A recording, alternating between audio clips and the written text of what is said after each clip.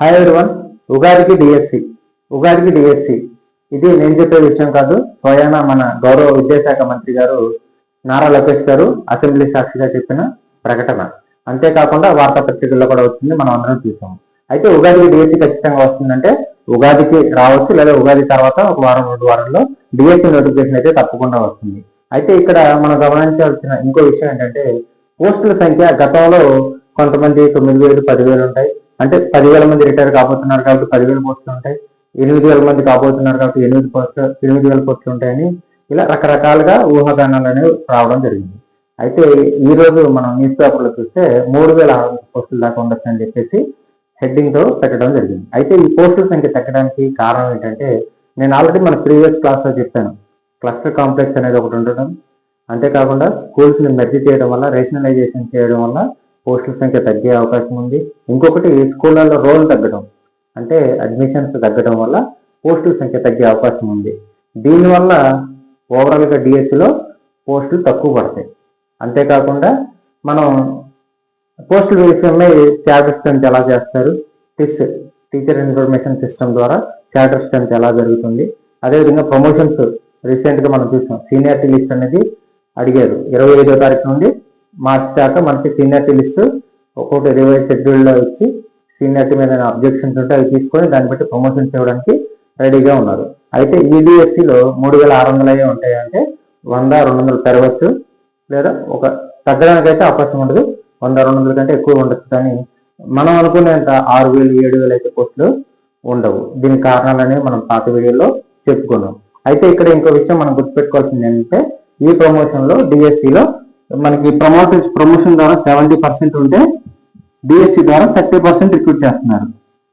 70% promotion, ఇది direct recruitment అనమాట. అయితే ఈ డైరెక్ట్ రిక్రూట్మెంట్ మన పేపర్లో ఇచ్చింది 3,600 పోస్టులు. ఈ 3,600 పోస్టుల్లో ఎస్డిటీలు ఎస్సీలు అన్నీ కలిసి ఉంటాయి. కాబట్టి అది చివరికి ఎస్డిటీలు ఎంత, ఎస్సీలు ఎంత, దాన్ని డివైడ్ చేసిన తర్వాత కమ్యూనిటీ వైజ్ ఎంత వస్తాయి అనేది మనం ఊహించుకోవచ్చు. అంతేకాకుండా మన విద్యాశాఖ మంత్రి గారు చెప్పిన మెయిన్ విషయం ఏంటంటే, కర్నూలు జిల్లాని ఎక్కువ ఫోకస్ చేస్తున్నారు.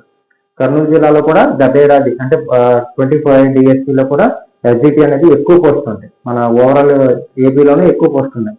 ఈసారి కూడా కర్నూలు డిస్టిక్ లోనే ఎక్కువ పోస్టుల అవకాశం కనబడుతుంది. ఎందుకంటే అక్కడ ఎస్జిటీలు అనేది చాలా ఎక్కువ అవసరం ఉంది. పక్కా పల్లెటూరులో ఏదైతే ఉన్నాయో వాటిలో ప్రతి స్కూల్, చిన్న ఊర్లో కూడా ఒక ప్రైమరీ స్కూల్ ఉంటుంది కాబట్టి అక్కడ స్ట్రెంత్ని బట్టి రిక్రూట్ చేయాలి. కాబట్టి అక్కడ స్కూళ్ళు కూడా డెవలప్ చేయాలి, అదేవిధంగా స్ట్రెంత్ని కూడా ఫుల్ఫిల్ చేయాలనే ఉద్దేశంతో కర్నూలు జిల్లా మీద ఎక్కువ ఫోకస్ చేస్తామని చెప్పేసి లోకేష్ గారు చెప్పారు, మనం అందరం విన్నాం.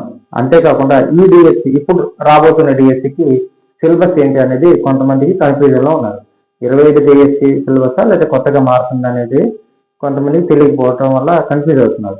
ఇక్కడ మనం ఇంకో క్లారిటీ ఏంటంటే, డిఎస్సి సిలబస్ అనేది పాత సిలబస్. మీరు టెట్ ఏదైతే రాశారో, మొన్న ఫిబ్రవరిలో రిజల్ట్ వచ్చిన టెట్ ఏదైతే రాశారో దానికి సంబంధించిన పూర్తి సిలబస్ ఉంటుంది. సిలబస్ ఏం మారట్లేదు. ఇందులో మీరు సైకాలజీ 5, స్కూల్ అసిస్టెంట్ అయితే సైకాలజీ 5, పిఐఈ 5, మిగిలిన కంటెంట్, అదేవిధంగా జనరల్ నాలెడ్జ్, కరెంట్ అఫైర్స్, ఎన్నికలు 5 మార్కులు, ఇలాగా మనం ఓవరాల్గా 80కి 20% వెయిటేజ్ టెట్ నోట్ తీసుకోవడం జరుగుతుంది. అంటే సిలబస్ అనేది పాత సిలబస్ ఉంటుంది. ఇప్పుడున్న టెక్స్ట్ బుక్లో 10th క్లాస్ టెక్స్ట్ బుక్స్ కాదు, పాత 10th క్లాస్ టెక్స్ట్ బుక్లో ఉన్న సిలబస్ మాత్రమే చదవాల్సి ఉంటుంది. కొత్తగా ఇప్పుడు జరుగుతున్న 10th క్లాస్ అనేది డిఎస్సి సిలబస్లో లేదు. పాత టెక్స్ట్ బుక్లో మనం ప్రిపేర్ చేసుకొని దగ్గర పెట్టుకొని ప్రిపరేషన్ నుండి స్టార్ట్ చేయాలి. అంతేకాకుండా అభ్యర్థులు ఎవరైనా సరే ముందు కంటెంట్ని ఎక్కువ ఇంపార్టెన్స్ ఇవ్వాలి, తర్వాత మెథడాలజీ, దాని తర్వాత సైకాలజీ, పిఐఈ, లాస్ట్ మనకి జీకే అండ్ కరెంట్ అఫైర్స్ ఎక్కువ చదవాలి. ఎందుకంటే ప్రైవేట్ స్కూల్లో టీచర్స్ ప్రతి ఒక్కళ్ళు కంటెంట్ చెప్పి ఉంటారు కాబట్టి వాళ్ళు కంటెంట్లో మీతో ఈక్వల్గా ఉండొచ్చు. మిగిలిన సబ్జెక్ట్స్ ఏదైతే ఉందో మెథడాలజీ కానీ, పిఐఈ కానీ, సైకాలజీ కానీ, వీటిల్లో వాళ్ళు మొదటి నుండి స్టార్ట్ అవ్వాలి, మీరు మొదటి నుండి స్టార్ట్ అవ్వాలి. కాబట్టి అక్కడ మీరు వాళ్ళని డామినేట్ చేసే విధంగా మన ప్రిపరేషన్ అనేది ఉండాలి. కాబట్టి అభ్యర్థులు ఎవరైనా సరే ప్రిపేర్ అయ్యేటప్పుడు కంటెంట్ బాగా చదివి కరువుగా ఉండి మిగిలిన సబ్జెక్ట్ మీద ఎక్కువ ఫోకస్ చేయండి. మనకి మెథడాలజీ 20 మార్క్స్కి అయితే తక్కువగా కాకుండా 16 తక్కువగా వస్తే మంచి స్కోర్ వచ్చే అవకాశం ఉంది.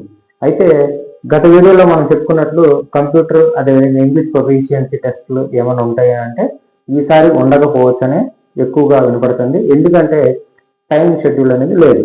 మన ప్రభుత్వం వారు ప్రకటించిన త్వరలో డిఎస్సి అని చెప్పేసి ప్రతిష్టాత్మకంగా ఇప్పటికే 14 లేదా 15 డిఎస్సీలు తీసిన ప్రభుత్వం కాబట్టి ఇంకొక డిఎస్సి తీసి వాళ్ళు మా ప్రభుత్వంలో ఎక్కువగా డిఎస్సీలు ఇచ్చామని చెప్పుకోవడానికి, అంతేకాకుండా రిక్రూట్మెంట్ కూడా అలాగే ఉంది కాబట్టి డిఎస్సి త్వరగా ఫుల్ఫిల్ చేయాలనే ఉద్దేశంతో ఆ పోస్టులు అది ఏదైతే మనం కంప్యూటర్ బేస్డ్ అదేవిధంగా ఇంగ్లీష్ ప్రొఫిషియన్సీ బేస్డ్ టెస్ట్లు ఏదైతే ఉన్నాయో అవి ఈసారి డిఎస్సికి ఉండకపోవచ్చని అంటున్నారు.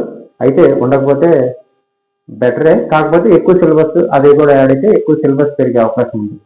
దానికంటే ముందు మనం ఏంటంటే కొంత కంప్యూటర్ నాలెడ్జ్ అదేవిధంగా ఇంగ్లీష్ ప్రొఫిషియన్సీ అనేది నేర్చుకోవడం చాలా ఉత్తమం. ఎందుకంటే ఇప్పుడు ప్రభుత్వ పాఠశాలన్నింటిలో కూడా ఇంగ్లీష్ మీడియమే కాబట్టి మనం పాఠాలు చెప్పేది ఏదైనా సరే ఇంగ్లీష్లో చెప్తాం కాబట్టి లాంగ్వేజెస్ కాకుండా మనం ఇంగ్లీష్ మీడియంలో చెప్పాలి కాబట్టి మనం కూడా కొంత ఇంగ్లీష్ నాలెడ్జ్ ఇంగ్లీష్ ఫ్లూయెన్సీతో ఉంటే వెల్ అండ్ గుడ్. కాబట్టి దాని ప్రకారం మనం ముందుకు వెళ్ళిపోవాలి. అయితే మీకు చెప్పాను గత వీడియోలో ఏమని చెప్పాను, డిఎస్సి చదివే విధానం ఎలా ఉండాలంటే ఏదైతే బాగా వస్తుందో ఆ సబ్జెక్ట్ని త్వరగా ఫినిష్ చేసుకుని హార్డెస్ట్ సబ్జెక్ట్ని తరువుగా చదువుతూ ఉండాలి. ఎర్లీ మార్నింగ్ లేచిన 5 దగ్గర నుండి నైట్ పడుకునే 10:30, 11 వరకు ఏదైతే మనకి ఒక ఫుడ్ విషయంలో కానీ బ్రేక్ టైంలో తక్కువ టైం తీసుకొని ఎక్కువ టైం పుస్తకాల దగ్గర ఉండేలాగా ఎక్కువగా ఒకే పుస్తకాన్ని తరువుగా ఎక్కువసార్లు చదివి డైలీ ప్రాక్టీస్ చేస్తూ ఉంటే ఖచ్చితంగా డిఎస్సి వచ్చే అవకాశం ఉంది. ఈ ఉగాదికి రాబోతున్న డిఎస్సిలో మీరందరూ ఉద్యోగం కొట్టాలని మనస్ఫూర్తిగా కోరుకుంటున్నాను.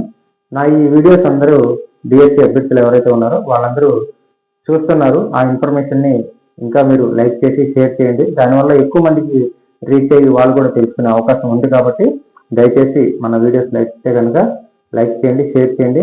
తప్పకుండా మన ఛానల్ని సబ్స్క్రైబ్ చేస్తే మీకు మరిన్ని నోటిఫికేషన్స్ వచ్చి డిఎస్సికి సంబంధించిన మరిన్ని విషయాలు డౌట్స్ని నేను పెట్టే ప్రతి పోస్ట్ కానీ వీడియో కానీ మీ దాకా వచ్చే అవకాశం ఉంది. కాబట్టి మన ఛానల్ని సబ్స్క్రైబ్ చేస్తారని ఆశిస్తున్నాను. Thank you.